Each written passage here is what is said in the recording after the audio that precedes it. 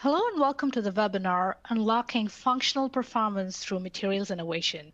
I'm Harini Venkataraman, Associate Research Director here at Lux Research, and I'll be moderating today's session. Presenting today are my colleagues Alina Strugut, Principal Analyst and Research Director, and Nardev Ramanathan, Associate Research Director here at Lux. Throughout the webinar, you can type any questions you have in the questions box that you see on the screen below. Time permitting, we'll answer all of those. If your question does not get answered, please do not hesitate to email us at questions@luxresearch.com. If at any point you experience technical difficulties such as a frozen screen, simply try refreshing your browser and it should be back again. All right, let's jump right into the presentation. All right. Thank you very much, Harini. Good day to one and all. Both Alina and I are really excited to talk to you today about unlocking functional performance through material innovation. And today's talk is going to be focused on health self-monitoring devices and tools as a use case. So first, we will kick you off with what the innovation dilemma is.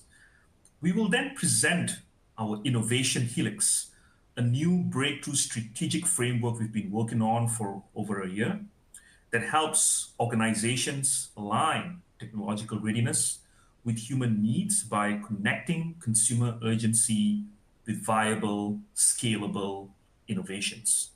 In the third part of our talk, we will walk you through how to put the Helix into practice using health self-monitoring devices and tools. And finally, we'll end with key client action items you need to start acting on and working towards as you evaluate new opportunities in this space. Now, with that plan laid out, let's begin with the foundation, understanding the innovation dilemma. Lena, over to you. All right. Thank you, Nardev. Well, as a former academic, let me start with a few quotes.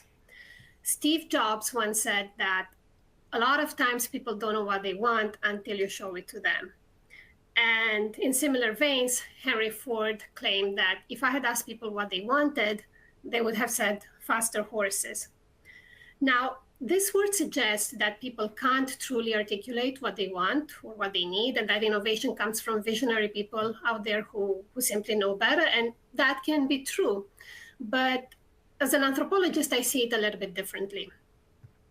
I don't think that people can't really articulate what they want or what they need. I think that too often we're asking them the wrong questions.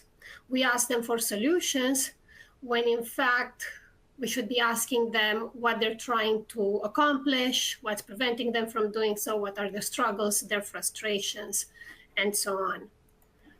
Albert Einstein put it better than myself, and he said that if I had 1 hour to solve a problem and my life depended on the solutions, I would spend the first 55 minutes determining the proper question to ask, right? So it's all about asking the right question and understanding people because, and I promise this is the last quote, Matsushita Konosuke was the founder of Panasonic. The way he put it, the mission of a manufacturer is to create products that bring happiness to people. So it's all about asking the right questions and understanding people at a deeper level, understand what moves them and what makes them happy.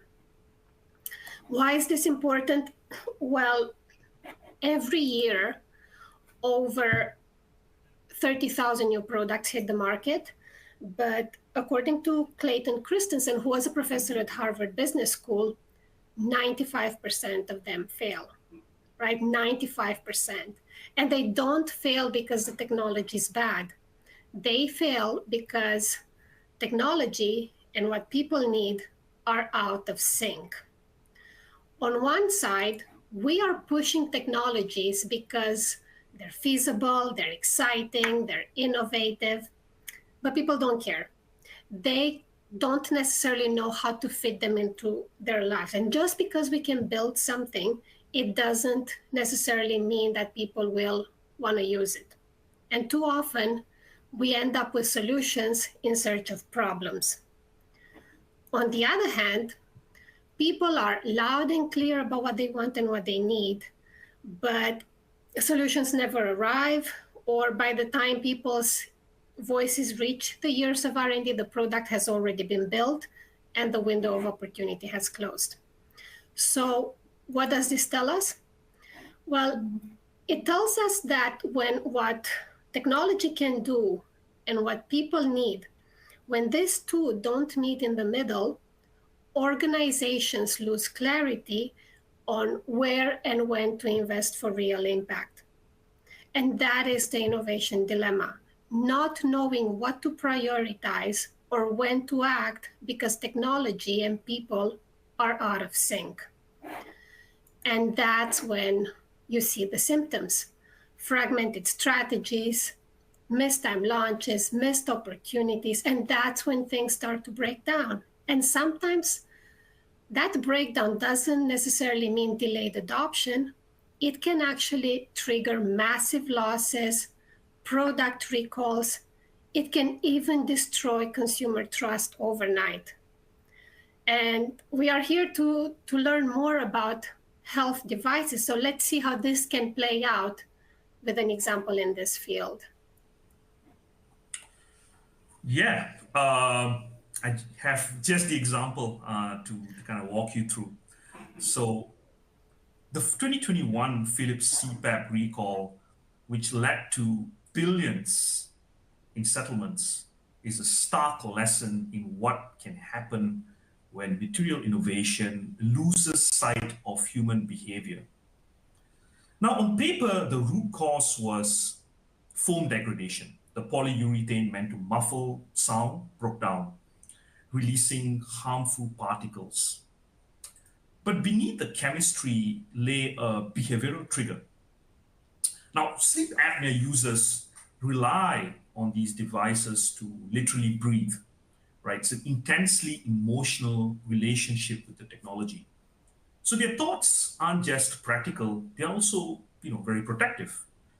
For example, they would think I need to feel safe while breathing through this every night, or they may be concerned about what's building up inside, be it bacteria, dust, or chemicals.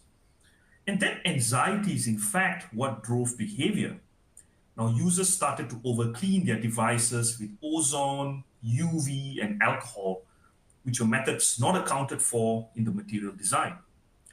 And those same actions, ironically, accelerated the breakdown of the foam, releasing exactly what they feared. Now, then came the sensory betrayal, a chemical order. To users, the smell wasn't just unpleasant, it was a sign of danger as well, eroding trust long before lab data confirmed the risk. And at that point, the device stopped being medical and became a threat. Now, this was more than a material failure, it was a behavioral one, because innovation didn't anticipate how emotion and perception can shape use. And the lesson for material and device innovators is clear. If you don't understand how people clean, touch, and trust the technology, especially in intimate health contexts, then your innovation is incomplete. Because materials rarely fail in labs. They fail in the real world, at your home, in bedrooms, and in anxious hands trying to feel safe. So, to prevent the next billion-dollar recall, the next generation of materials must start where user anxiety begins, by designing for the human need to feel clean, safe, and comfortable. That's scary. And I don't know what's scarier, the billion dollar loss or breathing in chemicals as we go to sleep. Well, let's take a step back and just imagine two strands twisting upwards like DNA. One strand carries the pulse of human demand. That's people's aspirations, their desires, their frustrations. The other one carries the force of technology, the breakthroughs and capabilities that are ready to be applied. When these strands meet, bonds form, each bond marking the exact moment where a real human need meets a ready technology.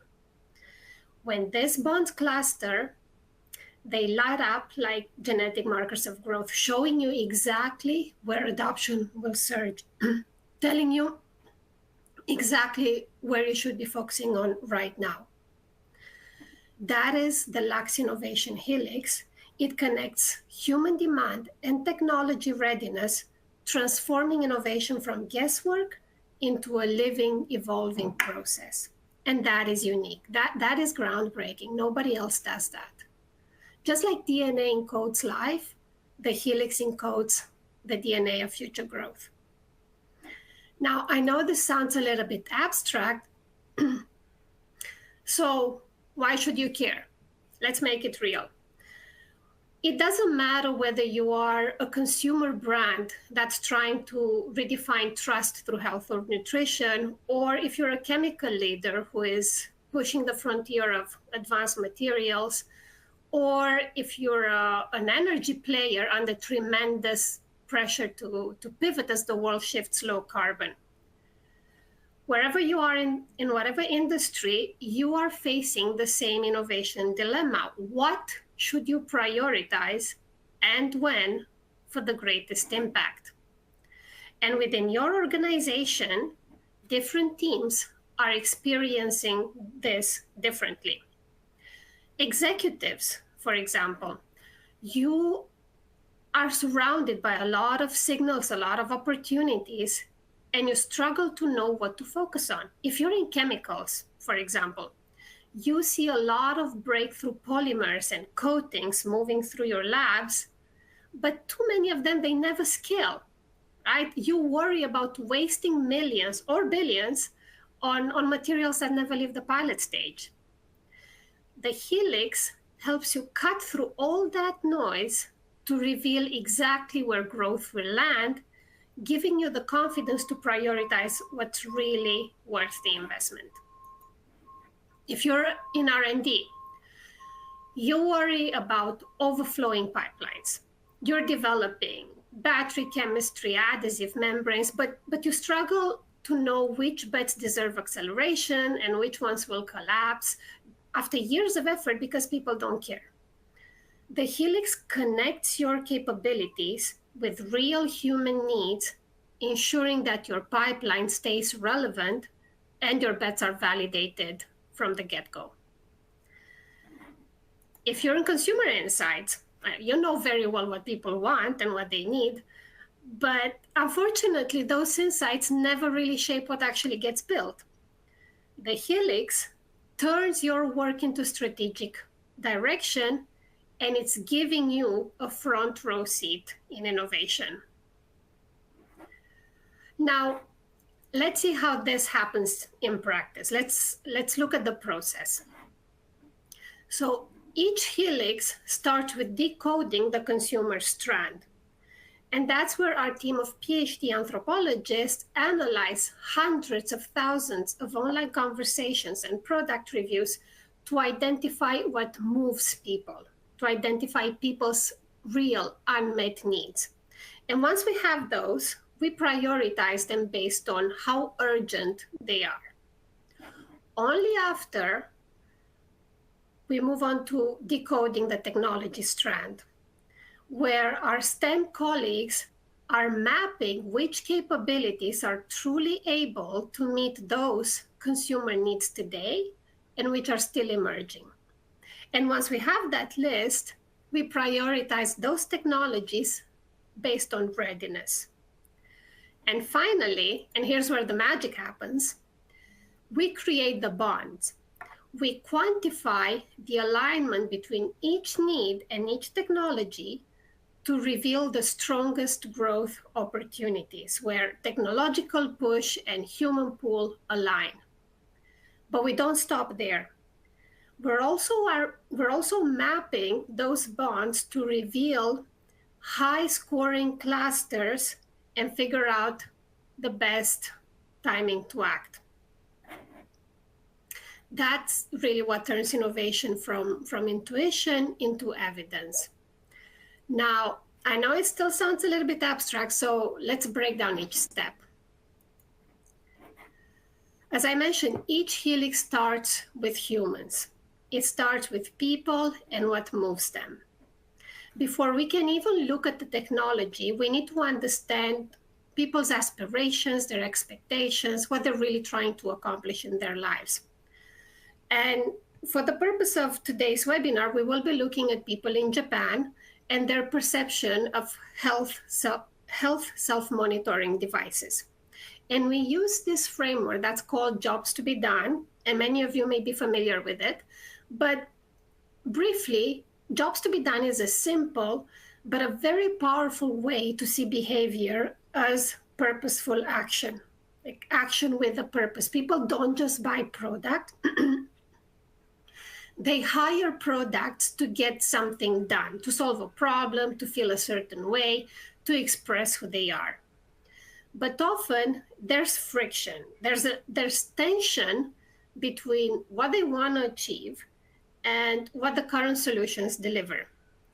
And that friction is gold. That is the most reliable signal of opportunity. Take something as mundane as battery life.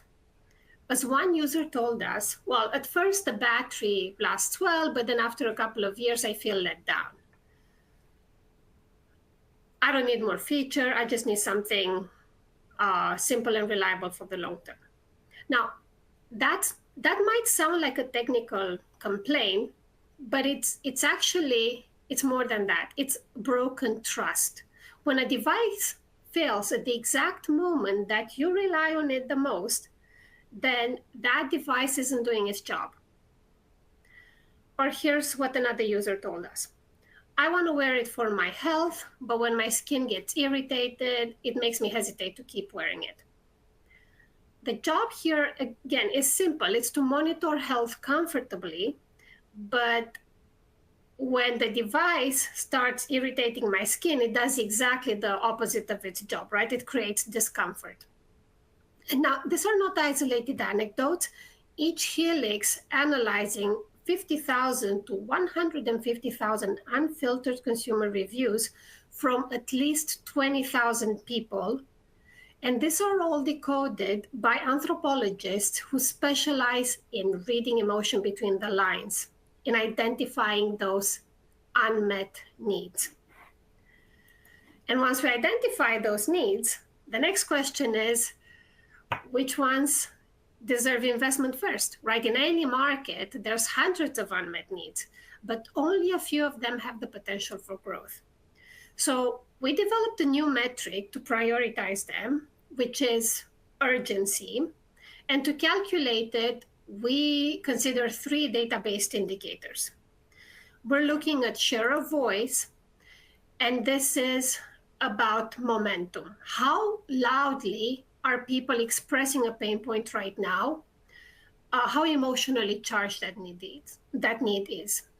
We're also looking at cultural maturity, and this is about timing your innovation. Are people ready to adopt a new solution right now, or you're too early to the market, you're too late? So we're measuring, we're scoring all that. And finally, we're looking at population score. This is about scale. This is about how many people that need will be relevant in the future.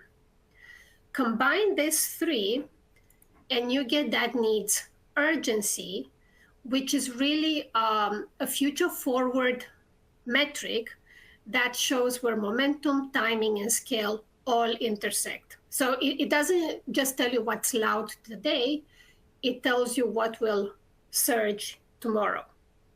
And based on this urgency score, we can then prioritize the needs and decide which ones deserve attention first.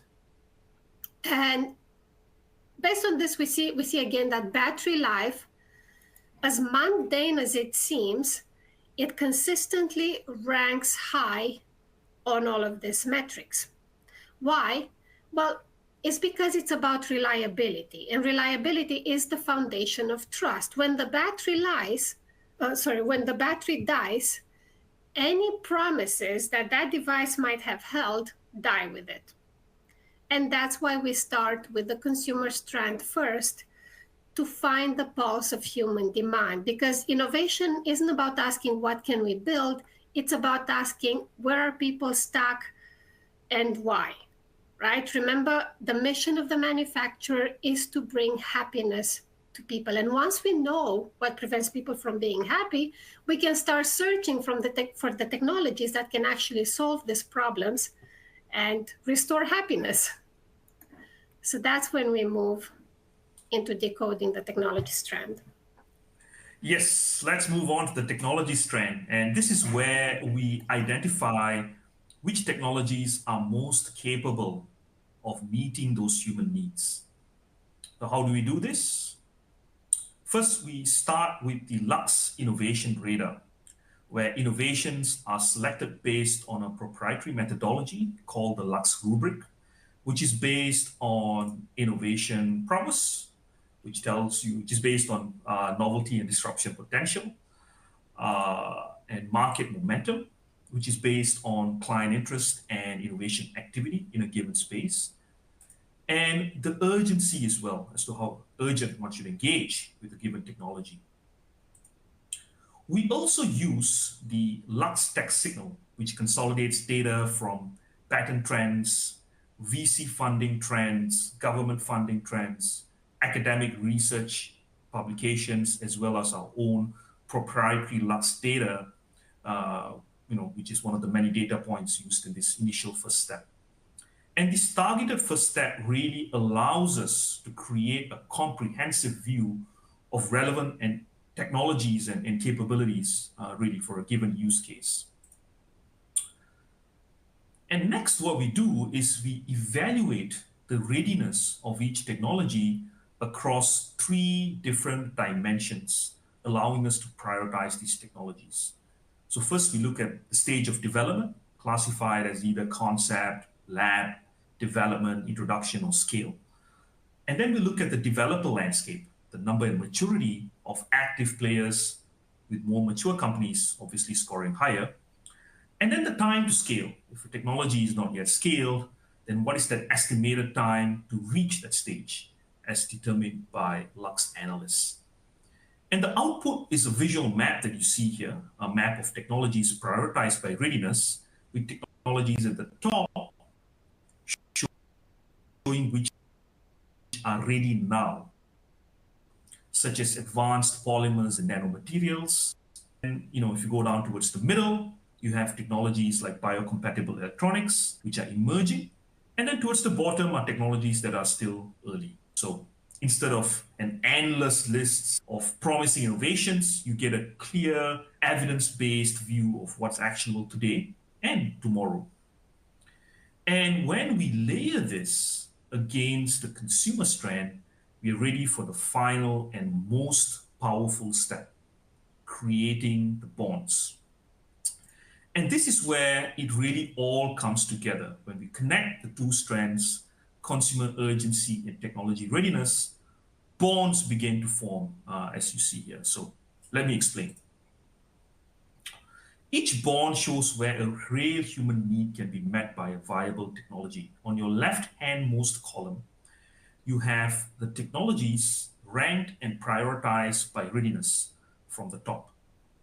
And then on the top row, you have consumer unmet needs, again ranked and prioritized from left to right. And each cell that you see here represents a potential bond with the number 1 and 5 shading together, showing the strength of the alignment. Higher scores and darker shades indicate stronger bonds. Lower scores and lighter shades mark weaker or more emerging ones. And this heat map is really the analytical backbone of the Lux Innovation Helix. It reveals where urgency and readiness connect most powerfully, the genetic markers of growth. And that's what makes the Helix very powerful. It visualizes the alignment. It doesn't just tell you what's possible, it shows you what's inevitable if you act on it. Isn't that right, Alina? That is true. Now, let's go back for a second to the innovation dilemma. Remember how that played out for each teams in your organization? Just as a brief recall, executives, you want to cut through the noise, right? There's too many signals and too many options out there. R&D, you want to keep your pipeline relevant. You want to translate science into solutions that will actually that people will actually use. And insights, you don't just want to diagnose problems, you want to drive action early on. So in the following, Nardev and I will show you how Helix solves for all of these, while also giving everyone a common language that connects strategy, technology, and insights through one shared model, so that each team knows exactly how their work ties into growth. And for once, let's start with consumer insights. Well, insights typically are passengers in the innovation process. We're surfacing needs and desires, but then we watch others decide what happens next, right? What gets built. The Helix changes that. It changes how decisions are made by involving you in the process right from the start, right? Every Helix starts with people. And then using your work as strategic direction for what comes next. Take senior care, for example. And this is one of the most emotionally charged needs that we've seen in Japan, because 1 in 3 people in Japan are over 65 years old, making this the most aged society in the world. And this market continues to grow. Well, what seniors want, they want independence. They don't want dependence. And the Helix reveals how this desire for independence connects to a lot of ready now materials like flexible polymers, electromagnetic and biophysical sensors, biophysical therapies, and it also reveals mid-term opportunities for advanced biomembranes that just make the device invisible. So suddenly, insights teams can walk into a room and not just say, here's what people want, but also, here's how we can deliver it, and here are the bets that deserve acceleration, right? So you're no longer reporting from the sidelines, you are actually building the roadmap, and that is powerful. Absolutely, Alina. Yep. For R&D and technology leaders, the Helix becomes your compass. You're surrounded by potential, such as advanced polymers, nanomaterials, advanced biomembranes. But the question is, which one deserves prioritization and therefore acceleration, right? And this is where the Helix highlights where your existing capabilities align with most urgent human needs. In this case, battery life, accuracy, comfort connect directly with materials that might already be in your pipeline, from polymers that flex like skin to nanomaterials that extend battery lives. This means you can reposition existing assets for faster adoption, turning scientific potential into commercial relevance. Now, if your developments have been focused on less urgent needs, such as discretion or durability that you see at the end here, then it's time to maybe reconsider putting these technologies to use to support better battery life, accuracy, comfort, or even senior care. I'll give you an example. Thin film encapsulants, originally designed to hide electronics for aesthetic and discrete form factors, can actually double up as gas barriers for solid-state microbatteries, minimizing oxygen-moisture ingress and prolonging cycle life. So the Helix helps R&D answer not just what can we build, but where it's needed most right now. And for senior executives, for example, in corporate strategy and innovation, this is where it all really pays off. Because your challenge isn't a lack of ideas, it's too many, as Alina said earlier. So the Helix cuts through that noise, revealing clusters of opportunity where consumer urgency and technology readiness meet. For example, as you see here, the intersection of accuracy, comfort, and in senior care, especially the Japan market, aligns with biocompatible electronics as well as advanced biomembranes. While it didn't score in the top for technology readiness, these technologies are rapidly maturing and worth keeping an eye on for future disruption. Again, I'll give you an example. Flexible bioelectronic skins adhere naturally to the epidermis, maintaining consistent contact even when users move or sweat. And so it can potentially improve accuracy. So overall, the cluster isn't just data, it's a blueprint for growth. It tells you where to invest, who to partner with, and what narrative to lead with. In other words, the Helix turns uncertainty into strategy. Now, once these insights are connected, this is where Helix can drive, the innovation Helix can drive value in at least six powerful ways. Now, I don't have time to go through every single one in detail, but I'll talk a bit about new product creation, the first one that you see, which allows you to really reveal unmet needs that can be solved right now. Right? One example is a discrete certified blood pressure patch that blends into daily life. Right? Or even just quickly thinking back to our Philips CPAP recall, advanced silicon foams and elastomeric composites could have been used instead of the polyurethane foam, right? Because that's actually much more resistant to, ozone and humidity. And in fact, that's what Philips is doing today, right? So if they could have gone back in time, they could have saved billions of dollars there. Now, the second way you can look at this is by product enhancement that improves existing offerings, right? By addressing top consumer pain points. You could potentially reposition capabilities, taking underused R&D assets, discover adjacencies as well, applying proven tech across various sectors. You could look at portfolio prioritization, where you want to focus resources where adoption likelihood is highest. And last but not least, do foresighting activities as well, where you're anticipating market disruptions and shifts before some of your peers in the industry. So the Helix just doesn't show you what's possible, it shows you what's worth doing now, next, and even later. So it should be pretty clear now that the technology-centric roadmaps that has been used for a long, long time are really over, right? The future of innovation starts with human insight. And with that, I'll leave you with three key takeaways. Now, first, breakthroughs exist, but without people, they fail, as you've seen in the examples that we've shared. Second, the Lux Innovation Helix is really a strategic framework, right, where it can, potentially transform, series of accidental successes into something that's inevitable and repeatable for you. And thirdly, we've also showed you how to put the Helix into practice with one use case here, self-monitoring health devices, but it can be potentially used in many other use cases as well. So, Alina, what should our clients do next? Well, first, engage with the Helix.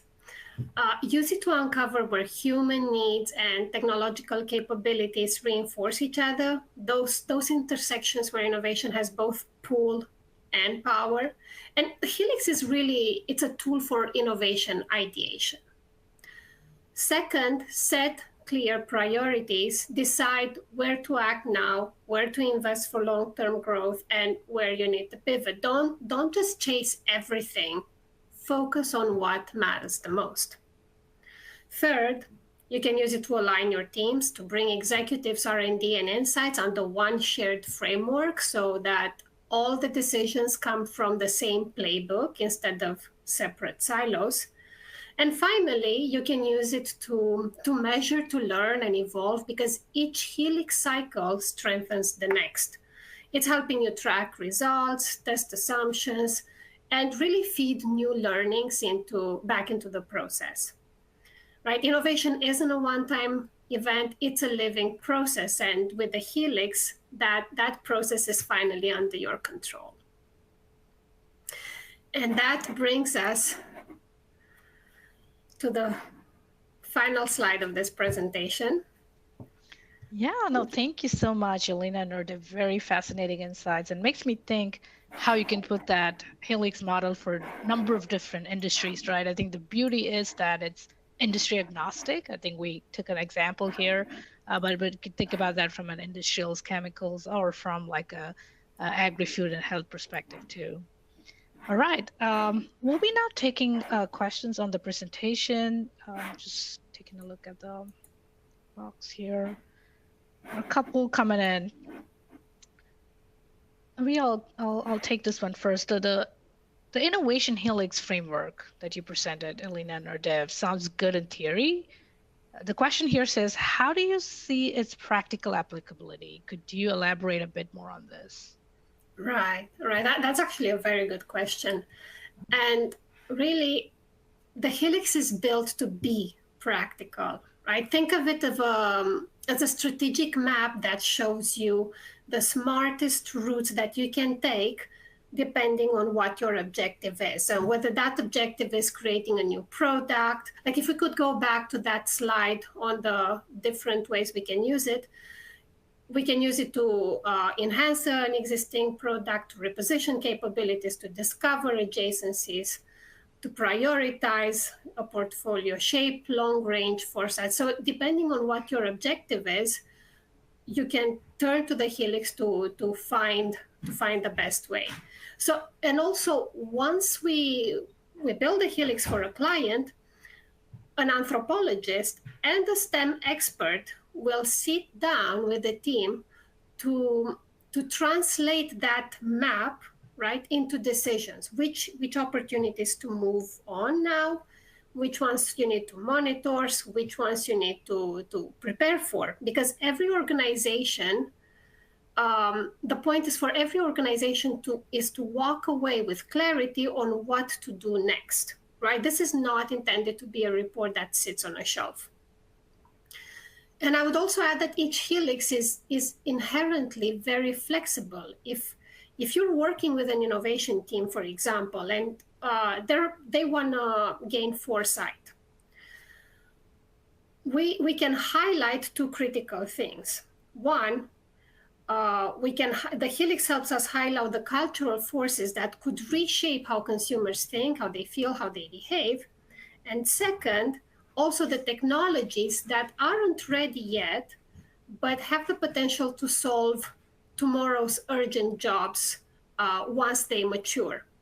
Just to give you an example, and I'll close with that, if we had run a helix on weight loss, let's say 5 years ago, we would have probably seen unmet needs around silencing cravings and food noise.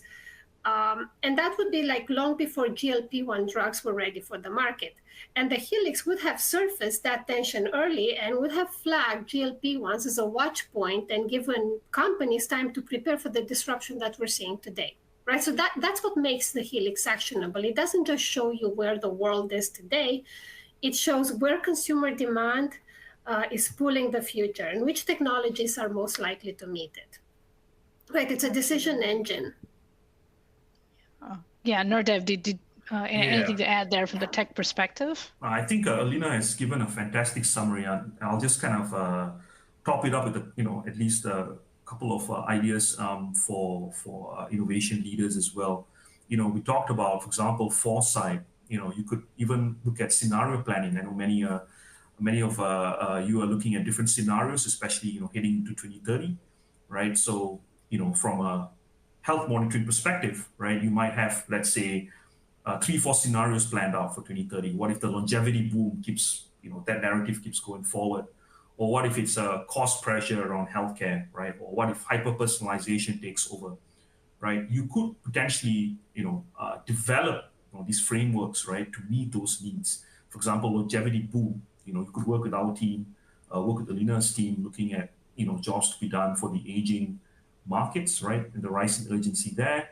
If you're looking at hyper-personalized wellness, you could do the same, right? And you'll be able to be well prepared, right? Planning for these different scenarios and aligning yourself to quickly meet those needs as you go forward. So that's definitely one to think about that. And I know this is like a never-ending discussion, right? So I think the whole goal here is that we'd love for you to reach out if you have any specific questions in mind, or if you want to understand how do you want to put this helix model into practice. I think we're always here. So I'm afraid that's all the time we have today for the questions. I know there are a couple of more, but I'm sure we will get back to you on those. The slide presentation and the recording will also be sent to all the attendees today through email. And after leaving the webinar, you'll be prompted to complete a survey on today's presentation. I really appreciate if you would take some time to fill in the feedback, and that really helps us to inform and improve our future webinars. Also, take a moment and check some of our upcoming webinars on our website. And thank you so much for joining today, and have a great day. Thank you.